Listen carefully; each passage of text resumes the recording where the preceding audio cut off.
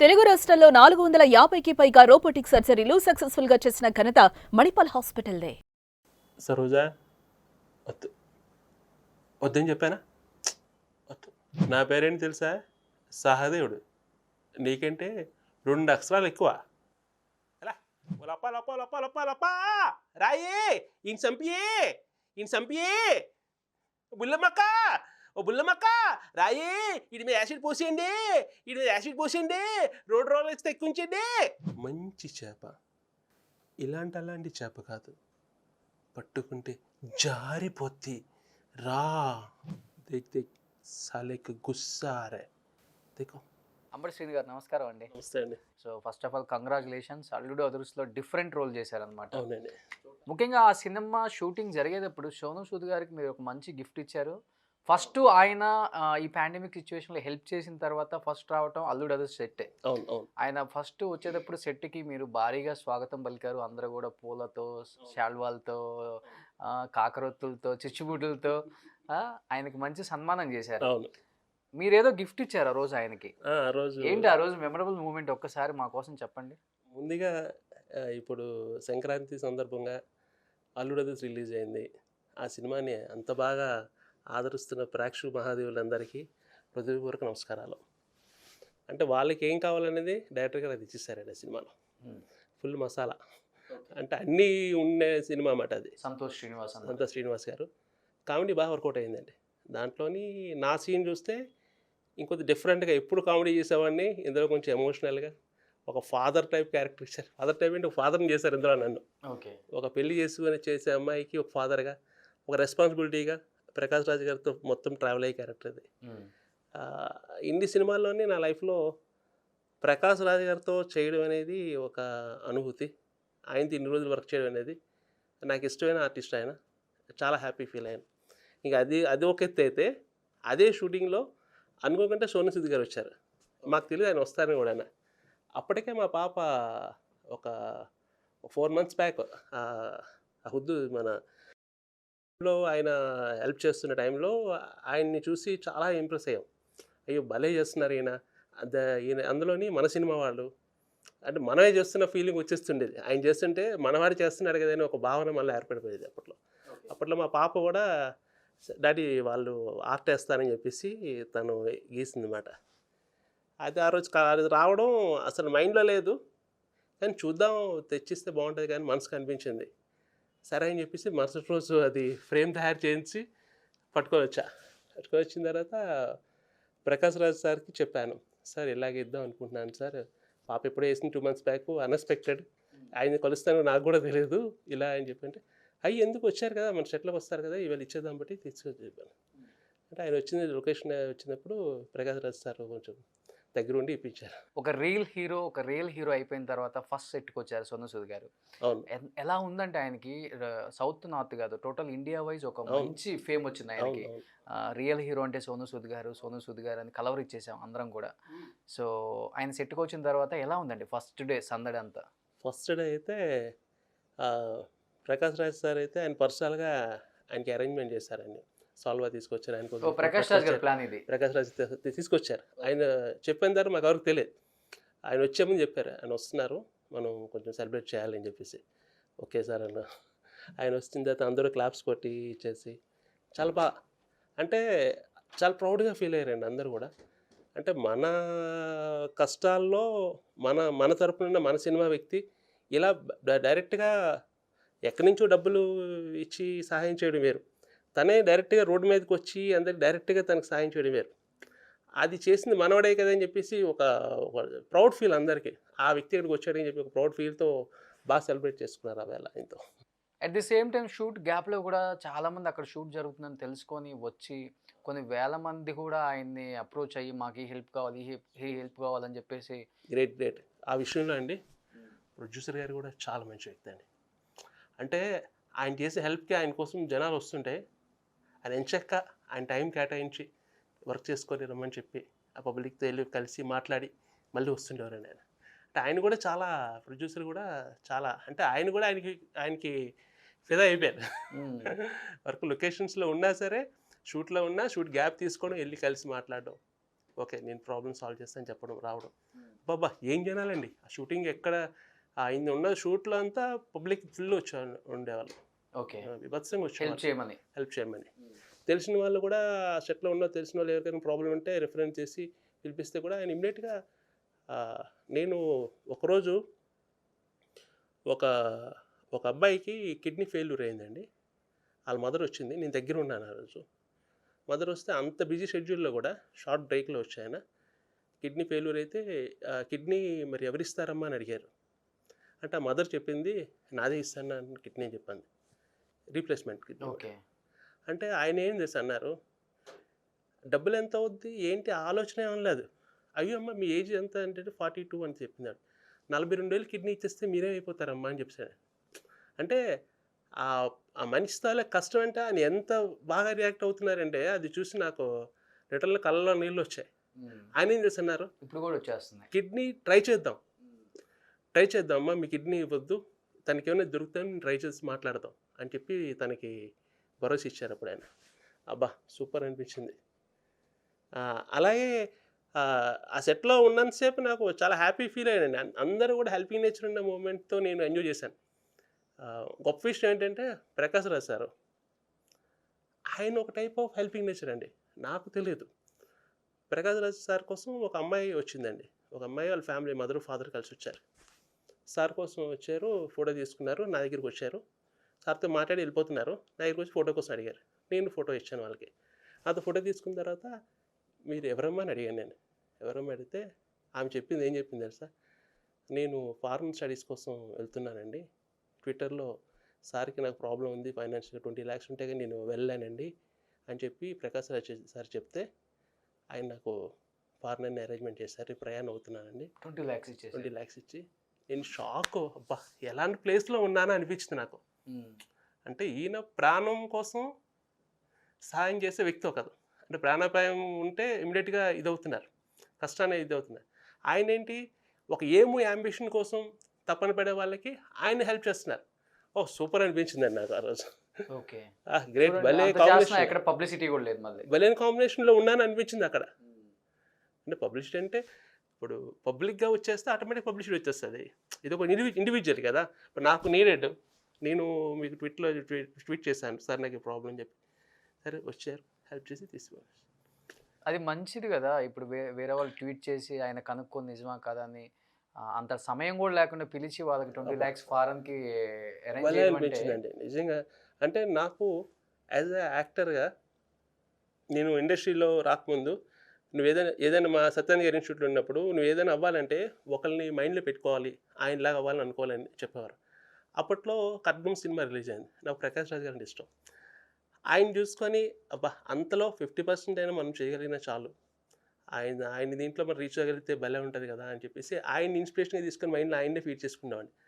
అలాంటి వ్యక్తితో ఒక 25 రోజులు కలిసి వర్క్ చేస్తే ఇలాంటి హెల్పింగ్ నేచర్ ఉన్న వ్యక్తిత్వాలు ఉన్న వ్యక్తులు అక్కడ చూసి నాకు అల్లుడు అదర్స్ సినిమా షూట్ చేసినంతసేపు ఇదేనండి సొసైటీ హెల్పింగ్ అబ్బా భలే ఎంజాయ్ చేస్తానండి. అంటే ఇన్ని సినిమాలు చేశాను కానీ ఎప్పుడు కూడా సినిమా ఇది ఉంటుంది, అది కామను. కానీ సినిమాలో ఈ టైప్ ఆఫ్ నేచర్ కూడా చూడడం అనేది నా లైఫ్లో ఫస్ట్ టైం. అందుకోసం అల్లుడు అదర్స్ సినిమాని ఎప్పటికీ మర్చిపోలేను నాకు. అంటే ఒక మంచి ఇది ఆ సినిమాలో చూశానండి ఆ షూట్ టైంలో అంతా. సో మీ కళలో తెలియకుండా నీళ్ళు వచ్చేసాయి శ్రీను గారు.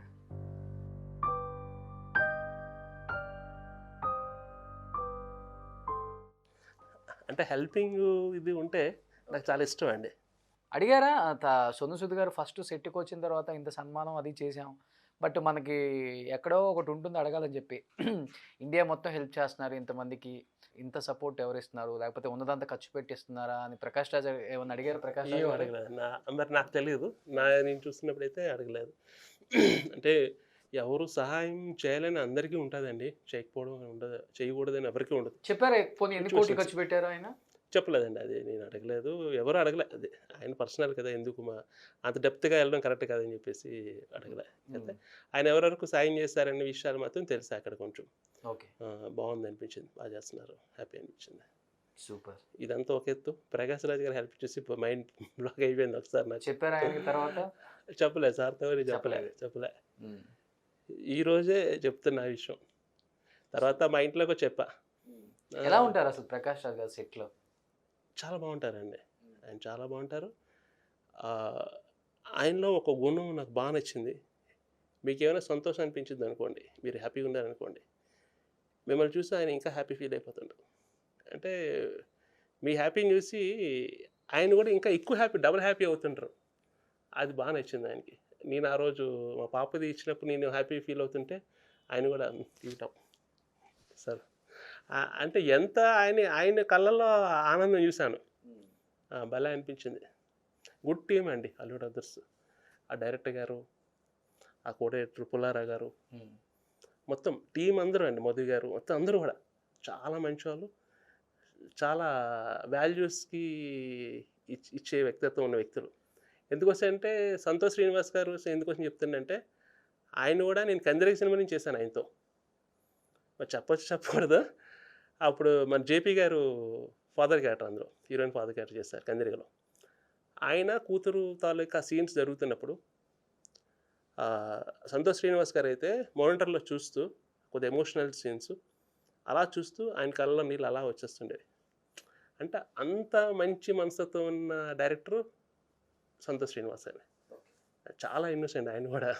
అంటే ఒక టైప్ ఆఫ్ టీమ్ అక్కడ గ్యాదర్ అయింది, అలా అందరూ కూడా భలే అనిపించింది షూటింగ్. అసలు మీరు ఎక్కడి నుంచి వచ్చారు, ఇండస్ట్రీకి ఎందుకు వచ్చారు, ఫ్యామిలీ బ్యాక్గ్రౌండ్ ఏంటి, ఎన్ని సంవత్సరాలు అయింది ఇండస్ట్రీకి వచ్చి? నేను 2003లో వచ్చానండి. 2003లో వచ్చాను. రాకముందు సత్యానంద గారి దగ్గర ట్రైనింగ్ అయ్యాను వైజాగ్ సత్యానంద గారు. అక్కడి నుంచి వచ్చిన తర్వాత నా ఫస్ట్ మూవీ సత్యం అండి.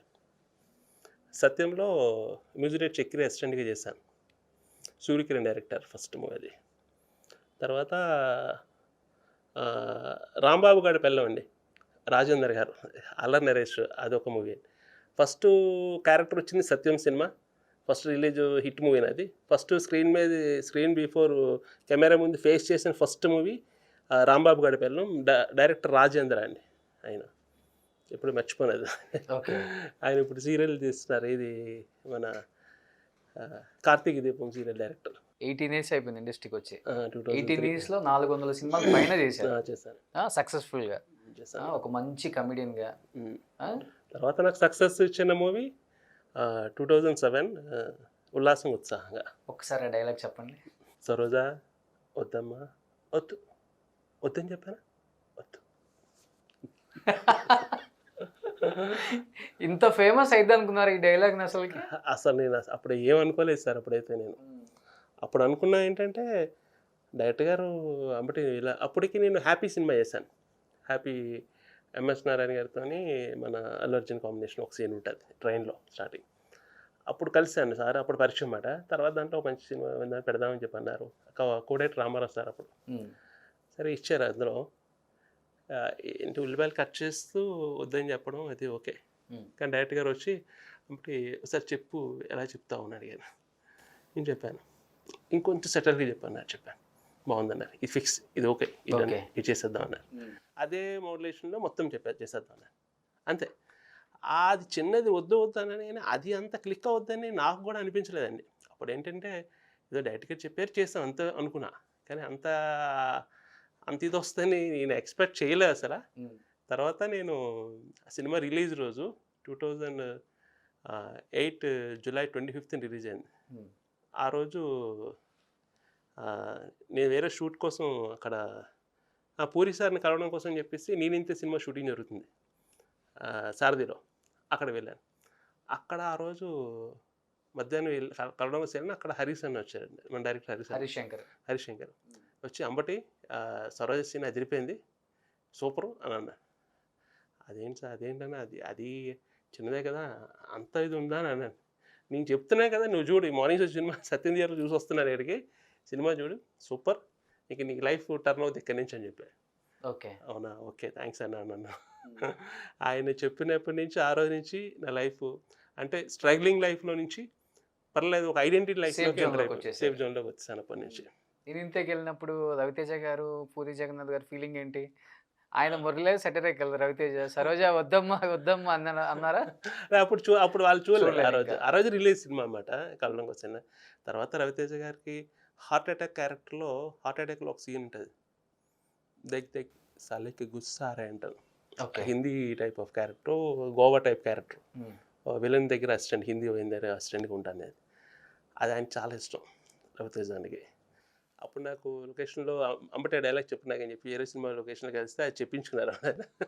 ఆయన చూసి చెప్తారా? ఆ, ఆయన ఆయన చూసి ఎలా చెప్తారు ఇప్పుడు చెప్పండి? సరోజాని చూసి అక్కడ చెప్పారు, రవితేజ గారిని చూసి ఎలా చెప్పారు? దేక్ దేక్ సాలేకి గుస్సారే దేకో అది. అయితే రవితేజ అన్న చాలా మంచిదండి. అంటే ఎప్పుడు మా ఇంట్లో ఎవరు నా ఫ్రెండ్స్ అందరూ కూడానా రవితేజ అన్నని చూస్తే, రవితేజ గారిని చూస్తే మనోడు ఎందుకో తెలియదు, మనోడు అనే ఫీలింగ్ బలంగా వెళ్ళిపోద్ది. సినిమా రిలీజ్ అయ్యి బయటికి వెళ్ళినాక చాలా మంది ఎక్కడికి వెళ్ళినా కానీ సరోజ వద్దమ్మా వద్దమ్మా వద్దమ్మా ఇంతే పిలిచేవాళ్ళంట ఇదే అండి, ఇదే ఎక్కడికి వెళ్ళినా అదే. ఆడియన్స్ అంతా. ఇప్పుడు కూడా నేను ఎక్కడికి వెళ్తే సరోజా అని పిలుస్తారు అంతే. సరోజా వద్దు వద్దు సరోజా అని అరుస్తుంటారు అంతే. అంబటి శ్రీనివాస్ కంటే ఈ సరోజా ఇదే నాకు ఎక్కువ అండి. ఇప్పటికి కూడా చూడండి, అప్పటి నుంచి ఇప్పటికి ఆ డైలాగ్ అలా గుర్తుండిపోయింది అంటే. ఎన్ని సినిమాలు చేసినా కరుణాకరన్ గారు ఇచ్చిన నాకు పెద్ద గిఫ్ట్ ఆయనకి. ఎప్పుడు ఆయన జీవితాంతానికి రుణపడి ఉంటాను నేను ఆయనకి. ఒక ఐడెంటిటీ, ఒక క్యారెక్టర్ ఐడెంటిటీతో రావడం అనేది వేరు, మామూలుగా వచ్చి ఐడెంటిటీ అవ్వడం వేరు. ఒక క్యారెక్టర్ పెర్ఫార్మెన్స్తో ఐడెంటిటీ ఇచ్చారు ఆయన నాకు. అవును. ఎప్పుడు ఆయనకి ఎప్పుడు రుణపడి ఉంటా. ఎన్నిసార్లు చెప్పుంటారు ఆ సినిమాలో ఈ డైలాగ్ని? ఆ రోజు నాకు హాఫ్ డే షూట్ అయినండి, అది కూడా నైట్ అరౌండ్ ఒక 9 కల్లా స్టార్ట్ అయింది, 8 కల్లా 1 కల్లా అయిపోయింది. ఓకే. అంతే, అలా స్పీడ్గా చేశారు. ఎలా ఉండేది ఆ అబ్బాయితో, యష్తో? ఆయన ఏం చెప్పారు తెలుసా, అప్పుడు సినిమా రిలీజ్ అయిన తర్వాత ఆయనది మిస్టర్ ప్రేమ్ కూడా ఒక సినిమా స్టార్ట్ అవ్వాల్సిందండి. ఆ టైంలో నాకు కూడా క్యారెక్టర్ పెట్టారు, అందులో పెట్టారు. ఎప్పుడు మేము కలిసినా సరే నాకేం చెప్తారంటే, అంబటి నేను మర్చిపోను ఎవరు పబ్లిక్ నాకు నా దగ్గరికి వచ్చి సరోజ యాక్టింగ్ బాగుందని చెప్తారని చెప్పాడు పబ్లిక్. సినిమా అయిపోయిన తర్వాత టచ్లో ఉన్నారండి మీకు? తర్వాత మిస్టర్ ప్రేమ్ కూడా సినిమా స్టార్ట్ అయింది, స్టార్ట్ అవుతుంది అనగా ఇలా జరిగింది ఆయనకి పాపం.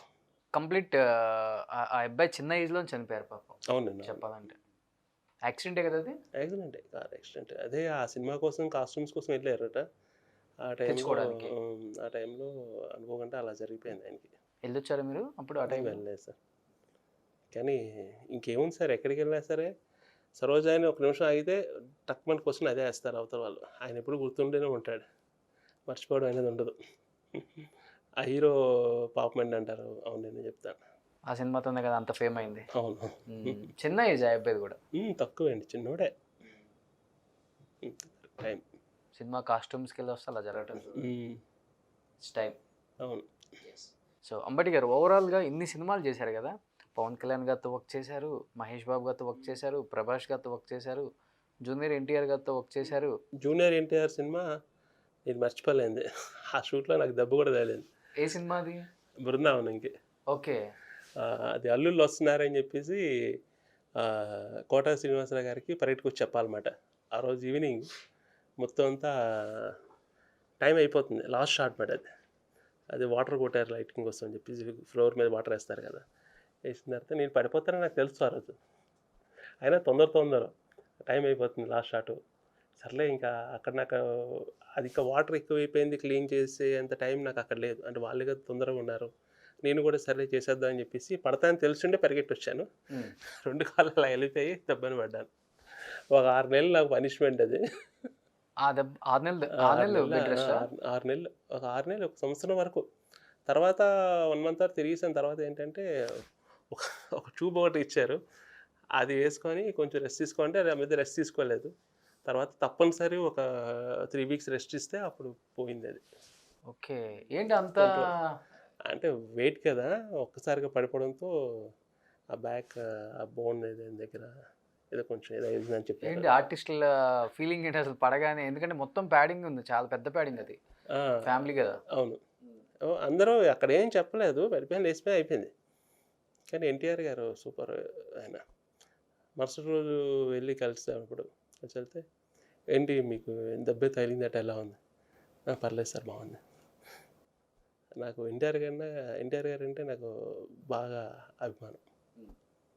అంటే ఎందుకు తెలియదు, అంతే, ఒక్కొక్క విధంగా ఉంటుంది.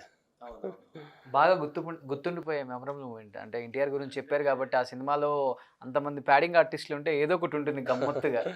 అది సినిమా హిట్ అయిన తర్వాత ప్లాటినం డిస్క్ ఫంక్షన్ చేశారు. అప్పుడు నాకు కూడా ఇచ్చారు షీల్డ్. నేను అప్పుడు పైకి వెళ్ళి కొంచెం దూరంగా ఉన్నాను. ఆయన పిలిచి ఏంటమ్మటే దూరంగా ఎందుకున్నా పక్కన నిల్చో అని చెప్పేసి ఆయన పక్కన నిల్చోబెట్టించుకున్నారు. ఎన్టీఆర్ గారు. నాతో మాట్లాడారు వాళ్ళంతా. ఆయన పక్కనే ఉన్నాను ఆ రోజంతా.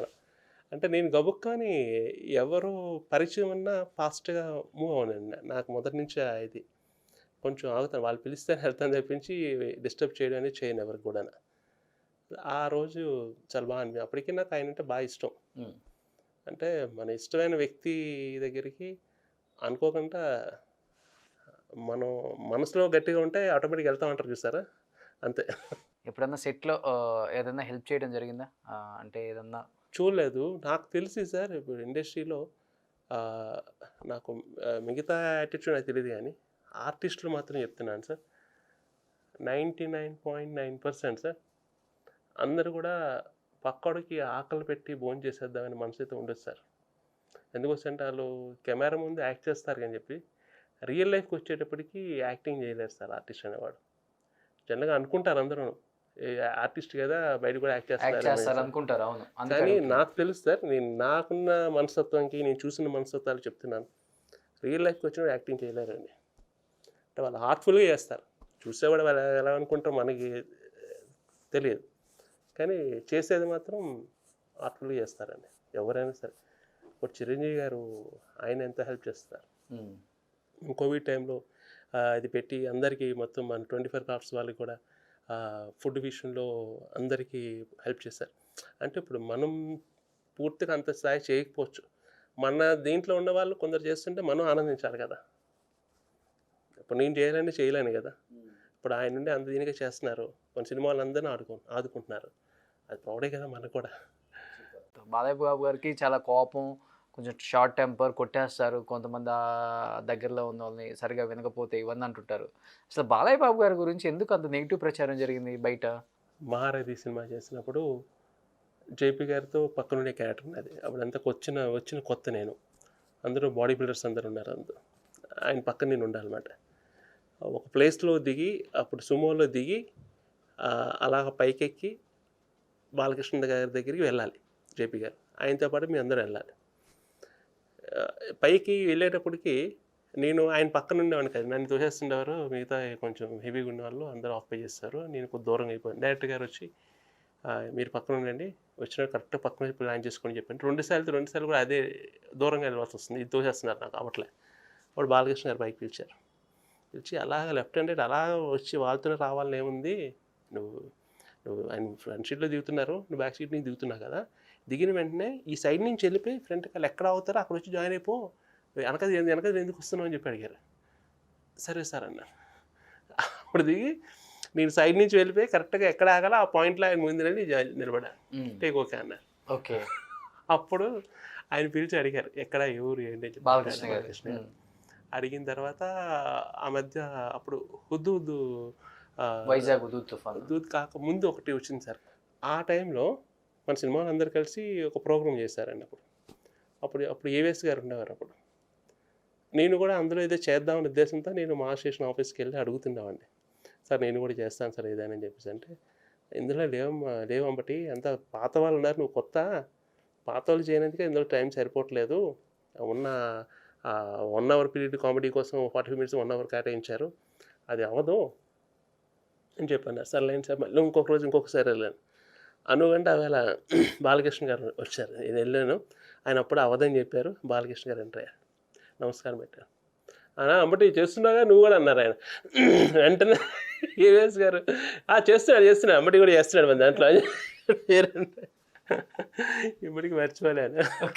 తర్వాత ఏవిఎస్ గారు పిలిచి సరైన టైంలో వచ్చావు అంబటి, ఇప్పుడు లేకపోతే నీకు ఎక్కడ లేదు కానీ ఆయన చెప్పడం, ఇప్పుడు నన్ను ఎవరైనా సరే నేను కూడా గట్టిగా చెప్తాను, బాలయ్య బాబు చెప్పారని చెప్పేసి అని ఆయన ఎంటర్ చేసి అప్పుడు ఇది మన వేణుమాధవ్ అదే ఒక పెళ్ళి సుబ్బారావు పెళ్ళి అని ఒక కామెడీ ఇది చేశారు. దానికి వచ్చి మన కృష్ణారెడ్డి గారు డైరెక్ట్ చేశారు ఆ స్కిట్కి. ఓకే. అందులో చేసాం అప్పుడు. ఎలా ఉంటుంది కమెడియన్స్ ఫ్యామిలీతో మీకు? లైక్ బ్రహ్మానందం గారు కావచ్చు, అలీ గారు కావచ్చు, చనిపోయిన వాళ్ళు కూడా ఉన్నప్పుడు మీరు మంచి కమెడియన్‌గా ఉన్నారు. వేణుమాధవ్ గారు కావచ్చు, ఏవిఎస్ గారు కావచ్చు, ఎంఎస్ నారాయణ గారు కావచ్చు, కొండవలసి గారు కావచ్చు, ఆహుతి ప్రసాద్ గారు కావచ్చు, జయప్రకాష్ రెడ్డి గారు కావచ్చు. ఆ! ఎలా ఉండేది వీళ్ళందరూ అసోసియేషన్ మీకు? వీళ్ళందరూ మనకి దారి చూపించిన వ్యక్తులు.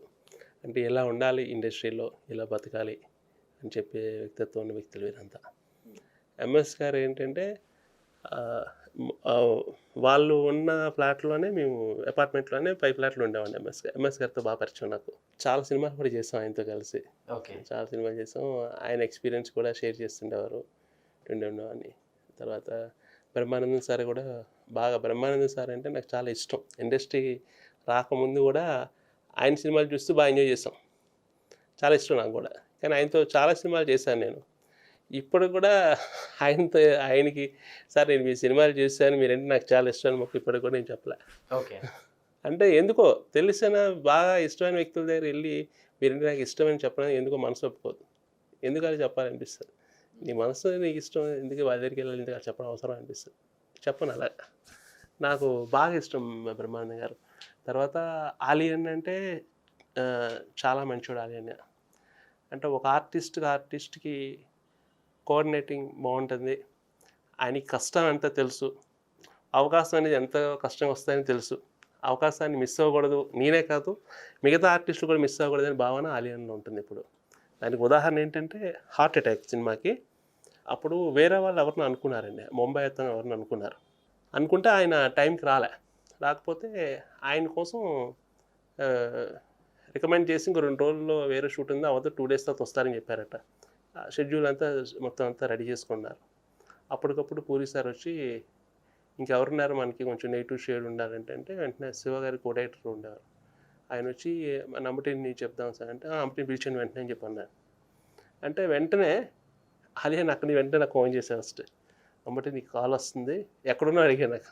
నేను ఆల్రెడీ షూటింగ్లో ఉన్నా. మార్నింగ్ 10 o'clock 9 ఆ టైంలో షూటింగ్కి వెళ్ళి మేకప్ వేసి రెడీగా ఫస్ట్ షాట్ అయిపోయింది. నేను వేరే షూట్లో ఉన్నా. అయితే ఇప్పుడు నీ కాల్ వస్తుంది అంబటి పూరి గారు కాన్ఫిడెంట్గా అంబటిని ఎలాగైనా పిలిచాను అని చెప్పేసి అన్నారు. నేను కాన్ఫిడెంట్ వెంటనే చెప్పగానే నీ పేరు చెప్పగానే అంబటి వెంటనే పిలిచానని చెప్పారు. షూట్లో ఉన్నాను చెప్పొద్దు అది ఏ సినిమా అంటే చిన్న సినిమా అని చెప్తే వెంటనే వాళ్ళకి చెప్పేసి ఇప్పుడు నీకు 11:30 12 o'clock ఫ్లైట్ టికెట్ వెంటనే వచ్చి ఇప్పుడు ఫోన్ వస్తుంది కో డైరెక్టర్ దగ్గర నుంచి షూటింగ్ అని చెప్పొద్దు వెంటనే వెలగని వచ్చి మంచి క్యారెక్టర్ మిస్ చేసుకోవద్దు అని చెప్పి ఆ ఇంటిమేషన్ ఇవ్వడం వల్ల నాకు మళ్ళీ వీళ్ళ దగ్గర నుంచి కాల్ వచ్చింది. కాల్ రాగానే నేను వెంటనే ఎక్కడ ఉన్నామంటే నేను ఫ్రీగా ఉన్నాను సార్ అని చెప్పాను. వెంటనే వచ్చేస్తాను ఓకే డన్ వచ్చేస్తాను సార్ అని చెప్పాను. డైరెక్టర్ గారికి చెప్పాను సార్ ఇలాగ పూరి సార్ రమ్మన్నారు అర్జెంట్ సార్ కొంచెం ఇంకా 4 రోజులు వర్క్ ఉంది కదా దాని తర్వాత పోస్ట్పోన్ చేసుకుందాం అని చెప్పేసి చెప్తే ఆ డైరెక్టర్ కూడా చాలా మంచివాడు. సరే మీరు వెళ్ళండి అని చెప్పి నేను మేనేజ్ చేస్తాను చెప్పి వెంటనే నన్ను పంపించారు అక్కడికి. అంటే ఇన్ఫర్మేషన్ అనేది కొందరికి నాకెందుకు అనుకుంటే ఎందుకు ఫోన్ చేస్తారు. అలాంటి వ్యక్తిత్వం లేదు ఆలియన్కి. అందరూ బాగుండాలని మనసుతో కమెడియన్స్ అందరిలో బతికిన వాళ్ళు కావచ్చు, చనిపోయిన వాళ్ళు కావచ్చు, నువ్వు వచ్చిన తర్వాత మాకు కొంచెం ఆఫర్స్ తగ్గాయి, డిఫరెంట్ మేనరిజంతో కొంచెం అందరు డైరెక్టర్స్ నిన్ను పిలుస్తున్నారు అని కొంచెం ఇబ్బందిగా చెప్పిన వాళ్ళు ఎవరైనా ఉన్నారా? అలా ఎవరికీ ఉండదు సార్. ఈవెన్ నాకు కూడా ఉండదు. ఇది ఒక హార్డ్ వర్క్, ఒక ప్రజెంటేషను, ఒక టైము, ఒక లక్ అన్నీ కలిసి రావాలి సార్. అన్నీ కలిసి వచ్చినప్పుడే వస్తుంది. ఇప్పుడు ఈ చైర్లో కూర్చున్నానంటే ఇది నా పర్మనెంట్ ఏం కాదు. ఈరోజు నేను కూర్చుంటాను, రేపు ఇంకొకరు కూర్చుంటారు, రేపు ఇంకొకరు కూర్చుంటారు. అందరూ వస్తారు, అందరూ ఏదవుతుంటారు. అంతేగాని ఒకరు రావడం వల్ల ఒకరు తగ్గిపోవడం అనేది తప్పది. మన టాలెంట్ మన ఇది అవకాశాలు మన దేవుడు మనకి మంచిగా ఇచ్చారనుకోండి, మన స్టాండర్డ్తో మనం ఎప్పుడు నిలబడి ఉంటాం. ఒకరి వల్ల పడిపోతాం అనడం అనేది తప్పది. It's on luck, depend on luck, hard work అంతే. అండ్ 18 yearsలో ఆల్మోస్ట్ 400 పిక్చర్స్ చేశారు కాబట్టి డెఫినెట్గా ఎవరికైనా కానీ ఆర్టిస్ట్ అనే అతనికి కావచ్చు, స్టార్టింగ్ కెరీర్లో కావచ్చు, మిడిల్లో కావచ్చు, పీక్స్ చూసిన తర్వాత కావచ్చు, ఎవరికైనా కొన్ని ప్రాబ్లమ్స్ వస్తాయి. అట్ ది సేమ్ టైం మనకు కూడా కొంచెం ఇబ్బంది కలిగే విధంగా మాట్లాడే వాళ్ళు కూడా ఉంటారు. ఆర్టిస్టులు కావచ్చు, మిగతా డిపార్ట్మెంట్ కావచ్చు. ఇలా ఈ 18 సంవత్సరాల కెరీర్లో ఎప్పుడైనా కానీ మిమ్మల్ని బాగా ఇబ్బంది పెట్టిన వాళ్ళు ఎవరైనా ఉన్నారా? అంటే మనల్ని ఇబ్బంది పెట్టారు అనుకోవడం అది తప్పు. ఎందుకోసం అంటే ఇది సినిమా. అంటే కొంచెం చులకనగా మాట్లాడటం వచ్చిన కొత్తలో అంత టైం ఎవరికి ఉండదు సార్. ఆ. నేను అనుకోవడం ఏంటంటే, ఇప్పుడు నాకు ఆకలేస్తుంది అనుకోండి, ఆ తిండి మీద కాన్సంట్రేషన్‌తో నేనే ఉంటాను. తినాలనే భావంతో ఉంటాను. అంటే నాకది ముఖ్యం. అలాగే ఇప్పుడు వేరే వాళ్ళు స్క్రిప్ట్ ఒక సీన్ డిస్కషన్‌లో ఉన్నారనుకో డైరెక్టర్ అనుకోండి, ఆ రోజు రేపటి గురించి ఇలా చేద్దామని ఆలోచన ఉన్నప్పుడు, వాళ్ళకి అది ఇలా చేయాలి, అలా చేయాలని చెప్పి ఆలోచన ఉంటది. అలాంటి టైంలో గబుక్కన మనం వెళ్లి కలిసామనుకోండి, వాళ్ళకి ఆ ఆలోచన విధానంలో ఉన్నప్పుడు ఆటోమేటిక్‌గా ఏం చెప్తారు? నెక్స్ట్ కలుద్దాం అంటారు. అంటే మీరు చెప్పే దాన్ని బట్టి చూస్తుంటే డైరెక్టర్స్ కలవడానికి వెళ్ళినప్పుడు అది నెక్స్ట్ కలుద్దాం అంటారు. అది మనం తప్పుగా తీసుకోకూడదు. ఇప్పుడు కో-డైరెక్టర్లు ఉంటారు. వాళ్ళకున్న బర్డెన్ వాళ్ళకుంటది. ఇప్పుడు నేను ఈ రోడ్ నుంచి ఆ రోడ్డుకెళ్ళాలంటే ఎవరెవరు వస్తే నేను ఎందుకు పట్టించుకుంటాను? నేను అక్కడి నుంచి అక్కడికి వెళ్ళడం నాకు ఇంపార్టెంట్. ఇప్పుడు ఆ క్షణం అది ఎళ్ళే పనిలో ఉన్నప్పుడు నేను ఖాళీ ఉన్నప్పుడే కదా నేను టైం స్పెండ్ చేస్తాను. ఖాళీ లేనప్పుడు ఎందుకు స్పెండ్ చేస్తాను? ఇప్పుడు సినిమా ఏంటంటే అంతే. ఎవరైనా సరే ఫ్రీగా ఉన్నప్పుడు ఖాళీ ఉన్నాను వర్క్ లేదు మీరొచ్చారనుకో ఎవరొచ్చారు రండి రండి కూర్చొని మాడదాం. ఇప్పుడు వర్క్‌లో ఉంటే తర్వాత మాడదాం. దాన్ని తప్పు అనుకుంటే ఎలా అవుద్ది? పెద్ద పెద్ద డైరెక్టర్స్‌తో వర్క్ చేశారు అప్పటి గారు. లైక్ 'పూరి' గారు కావచ్చు, 'త్రివిక్రమ్' గారు కావచ్చు. ఇలా చెప్పుకుంటూ పోతే పెద్ద లిస్ట్ ఉంది మీది. మిమ్మల్ని బాగా ఇష్టపడే డైరెక్టర్స్ ఎవరు ఎక్కువగా? మీ మీ కామెడీ టైమింగ్‌ని ఇష్టపడే డైరెక్టర్? పూరి సార్ నాకు బాగా ఇష్టం. నాకు ఏం తెలీదు అంతే. ఏంటంటే బాగా అంటే ఇది అంటారు చూసారా? ఒకరోజు ఆయనతో ట్రావెల్ అయినా జీవితాంతం ఆ మెమోరీస్‌తో ఆయన మనతో ఉన్నాననుకునే వ్యక్తిత్వం ఉన్న వ్యక్తి పూరి సార్. ఆయనతో ఒక్కరోజు మీరు జర్నీ చేశారనుకోండి, లైఫ్ లాంగ్ ఆ ఒక్కరోజు చాలా లైఫ్ లాంగ్ మీతో ఉండేట్టుగా అనిపిస్తది. That is the power of puri. Okay. Puri గారు అంత మంచి వ్యక్తి ఆయన. నేను వచ్చిన కొత్తలో నీలకంఠ గారు కూడా నాకు బాగా సపోర్ట్ చేసేవారు. నీలకంఠ గారు 'మిస్సమ్మ' డైరెక్టర్ సినిమా నీలకంఠ చేశారు గారు. నీలకంఠ గారు. ఆయన బాగా సపోర్ట్ చేశారు నాకు. అందరూ అండి ఒక డైరెక్టర్ 'రాజమౌళి' సార్‌ది 'మగధీర' చేశాను. ఆ సార్ కూడా బానే చేస్తారు. ఇప్పుడు ఇప్పుడు మళ్ళీ బోయపాటి సార్‌తో ఫస్ట్ టైము ఈ ఇప్పుడు చేస్తున్నా బాలకృష్ణ బాలకృష్ణ గారిది. గారిది. హ్మ్. ఆహ్, అది చేశాను. బావుంది క్యారెక్టర్ అది కూడా. ఓకే. బోయపాటి సార్ కూడా చాలా కూల్‌గా వర్క్ చేస్తారాయన. భలే అనిపించింది ఆయనతో కూడా వర్క్ నాకు.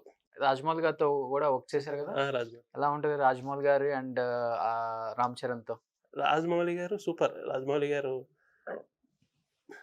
నేను అబ్జర్వ్ చేశాను. ఆయన సూపర్ అసల. ఆయన సెట్‌లో ఉంటే అందరి కళ్ళు ఆయన మీదే ఉంటుండే. సపోజ్ ఏదైనా ప్రాపర్టీ ఏమైనా అక్కడేం పెట్టాలనుకోండి. గబుక్కన ఆయన చూసారంటే టక్కుమని వచ్చి పెట్టేస్తుంటారు. ఆయనే తీసుకొచ్చి. ఆ! అక్కడ పర్సన్ వెంటనే అటెండ్ అయిపోతే సార్ అని తెచ్చేస్తారు. టక్కుమని వచ్చి పెట్టేసుకుంటారు. అంత స్పీడ్ ఆయన. అంటే ఒక్కొక్కళ్ళు ఇప్పుడు ప్రతీది గూడా ఆహ్, ఏదంటారు చూడండి. ప్రతి వాళ్ళ వర్క్ ఎక్స్‌పీరియన్స్, వాళ్ళ బిహేవియర్‌లు అందులో మంచి పాయింట్స్ అన్నీ మనం తీసుకోగలిగితే, మనం గూడా ఎక్కువ ఎనర్జిటిక్‌గా ఉండగలుగుతాం. 'రామ్ చరణ్' గారు కూడా అదే సెకండ్ మూవీ చేస్తున్నారు అప్పుడు. అవును. ఎలా ఉండేది ఆయనతో వర్క్ ఎక్స్‌పీరియన్స్? ఆయనతో బాగుండేది. ఆయన గూడా బాగా చేసేసారు. రామ్ చరణ్ గారు. రామ్ చరణ్ గారు, అల్లు అర్జున్ గారు. బన్నీ ఏ సినిమా డైలాగ్ ఎక్కువ ఇష్టపడతారు మీది సెట్‌లో చెప్పించుకోవడానికి? ఆయన కూడా సరోజేనా? సరోజ అందరికి ఇష్టం సార్ సరోజ. సరోజ అందరికి ఇష్టం. మాకు మారుతి గారు అప్పట్లో 'ఈ రోజుల్లో' సినిమాకి మారుతి గారు చాలా కష్టపడ్డారండి. నేను స్టార్టింగ్ అయితే వెళ్ళాను. సార్ చెప్పారు చెయ్యమ్మటి అంటే, సార్ నేను ఇదేంటి సార్ ఈ కర్ర, ఆయిలు నాకెందుకో అంత ఇంట్రెస్ట్ అనిపించట్లేదు సార్ ఈ క్యారెక్టరు అని చెప్పేసి వెనక్కొచ్చేసా. మళ్ళీ పిలిచారు. మళ్ళీ పిలిచిన తర్వాత ఆయన ఒకటే అన్నారు. ఏదో ఒక ప్రయత్నిస్తున్నాం ఒక సినిమాని. మీకు మంచిదొస్తది. డెఫినిట్‌గా చెయ్యండి. అప్పుడు మారుతి గారంటే ఎక్కువ ఎవరికీ డబుల్ తెలీదు. మీనింగ్ అయ్యి ఉంటాయి ఆ సినిమాలో. డబుల్ డబుల్ మీనింగ్ ఉంటది మీనింగ్ అని చెప్పేసి చెప్పారు. తర్వాత చేశాను. అప్పుడు ఆయన ఒక మాట చెప్పారు. కేవలం దీన్ని అవకాశం కోసం, మనకి ప్రమోషన్ కోసం మాత్రమే మనం ఇది చేస్తున్నాం గానీ, అంటే ఈ ఈ కాంపిటీషన్ ఉన్న ఫీల్డ్‌లో మనకంటూ ఐడెంటిటీ తెచ్చుకోవడానికి ఏదో విధంగా మనం ముందుకెళ్ళాలి. ఇప్పుడు అంత తక్కువ బడ్జెట్‌లో మనం వెళ్ళగలిగేది ఇదే అని చెప్పేసి ఆయన ఆ నిర్ణయం తీసుకొని ఆ సినిమా చేశారు. ఓకే. అన్ని డబుల్ మీనింగ్. అంటే డబుల్ మీనింగ్ అంటే కొంచెం జనాల్లో యూత్‌ని కొంచెం అట్రాక్ట్ చేయడం కోసం చెప్పేసి. బాగా ఇబ్బందిగా అనిపించిందా సినిమా ఒప్పుకున్న తర్వాత ఆ డైలాగులు చెప్పేటప్పుడు? ఇబ్బందేం లేదండి. అందులో ఏంటంటే కర్ర ఆయిల్ పెట్టడం అనేది ఇబ్బంది తప్పించి డైలాగ్‌లో ఇబ్బంది అనిపించలేదు. నా క్యారెక్టర్ పరంగా నాకేం అనిపించలే. ఆ! ఆ కర్ర ఆయిల్ పెట్టడం అనేదే కొంచెం అది అర్థం చేసుకునే వాళ్ళకి అర్థం చేసుకున్నంత. ఎంతో కష్టపడి వచ్చారు ఇండస్ట్రీకి. అనుకోని ఒక సక్సెస్ అయితే తీసుకున్నారు. ఇప్పటికి సినిమాలు చేస్తున్నారంటే యు ఆర్ సక్సెస్‌ఫుల్ మ్యాన్ ఇండస్ట్రీలో. సో, ఫస్ట్ రెమ్యునరేషన్ ఎంత తీసుకున్నారు అంబటి గారు? ఫస్ట్ టైం చేసి నాకు 1000 రూపీస్ పే చేశారు. బా అప్పుడు అప్పుడు నేను పృథ్వీ గారు కలిసి చేసాం అప్పుడు పర్ డేకి పర్ డేకి. ఇప్పుడు నేను ఒకరే చేశాను. ఫస్ట్ టైం నాకు చెక్ ఇచ్చారు, 1000 రూపీస్ చెక్ ఇచ్చారు. చాలా ప్రౌడ్ ఫీల్ అయ్యాను. ఉంచుకున్నారా చెక్? లేదు, ఇచ్చేసాను అప్పుడే, వెళ్ళి అకౌంట్లో వేసేసాను అప్పుడే. ఇప్పుడు ఎంత ఇస్తున్నారు పర్ డేకి రెమ్యునరేషన్? ఇప్పుడు ఓకే, సినిమా పెట్టి వస్తుంది అండి. లాక్స్కి వెళ్ళిపోయిందా? లాక్స్లో వెళ్ళిపోలేదు సార్. ఇంకా 18 సంవత్సరాలు అయిపోయింది. సంవత్సరానికి రోజు లక్షల్లో తీసుకునే అంత ఆర్టిస్ట్ అయితే అయిపోలేదండి. ఓకే. ఇంకా వేలలోనే ఉన్నాను. ఈ 1000 పక్కన ఇంకొక 0 అయితే ఇంకా యాడ్ అవ్వలేదు, ఇంక 2 సున్నాలు. 30 టైమ్స్ వెళ్ళి ఉంటాయి, 20 to 30 టైమ్స్ అండి. 30 డేస్కి 25 డేస్ షూట్ ఉంటుందా? అన్ని రోజులు ఉండదండి, మా అయితే ఒక 10-15 డేస్ ఉంటుంది షూట్. బట్ ఎప్పుడైనా ఇండస్ట్రీలో ఈ 18 సంవత్సరాల్లో ఫైనాన్షియల్గా ఇబ్బంది పడ్డ రోజులు ఉన్నాయా అంబటి గారు? ఫైనాన్షియల్ అంటే ఇప్పుడు నాకు షూట్స్ కొంచెం లేక అంటే నాకు మా ఫాదరు షిప్పింగ్ కార్పొరేషన్లో ఇంజనీరింగ్ వర్క్ చేసేవారు. మాది వైజాగ్. ఫైనాన్షియల్గా మాకేం ప్రాబ్లం లేదండి, పర్లేదు, బాగానే చేసుకున్నాం. దీని మీదే ఇచ్చేసి చేయాలనేది ఏం లేదు. ఓకే. కాబట్టి స్టార్టింగ్ నుంచి నేను ఫైనాన్షియల్ స్ట్రగుల్ అనేది నాకు పెద్దగా నేను చూడలేదు ఇక్కడ. ఏదో చల్తా వెళ్ళిపోతుంది అంతే. బ్యాక్గ్రౌండ్ లేకపోయినా కానీ వచ్చారు, సక్సెస్ అయ్యారు. సక్సెస్ అయినా వెళ్ళిపోతుంది అంతే, స్లో అంతే. సూపర్. ఈ సక్సెస్ చూసి ఫ్యామిలీ అంతా హ్యాపీ. హ్యాపీ అండి. ఇంకా చేయాలండి. ఇప్పుడు ఈ అల్లుడు అదుర్స్ తర్వాత కొద్ది డిఫరెంట్ క్యారెక్టర్స్ వస్తున్నాయి. అంటే ఇప్పుడు కామెడియన్గా చూసా నన్ను, ఇప్పుడు ఒక విలన్ పక్కన క్యారెక్టర్స్ కూడా నాకు ఇప్పుడు నెక్స్ట్ దీంట్లో రాబోతున్నాయి, చేస్తున్నాను కూడా. ప్రజెంట్ విలన్ పక్కన ఉండే క్యారెక్టర్, అంటే విలన్ సపోర్టింగ్ క్యారెక్టర్స్ అలాంటివి ఇప్పుడు ఎక్కువ వస్తున్నాయి ఇప్పుడు ఈ అల్లుడు అదుర్స్ తర్వాత. ఒక ఎమోషనల్ కూడా నేను చేయగలనని అల్లుడు అదుర్స్ సినిమా ప్రూవ్ చేస్తుంది. నిజంగా చాలా రోజుల తర్వాత ఒక మంచి ఇంటర్వ్యూ ఇచ్చారు తెలుగు ప్రేక్షకుల కోసం. ఇన్ని సినిమాలు చేశారు, ఒక్కొక్క డైలాగ్తో ఫేమస్ అయిన కమెడియన్ ఎవరూ లేదు, మీరే ఉన్నారు. ఇప్పటికి వెళ్ళినా కానీ బయట సరోజ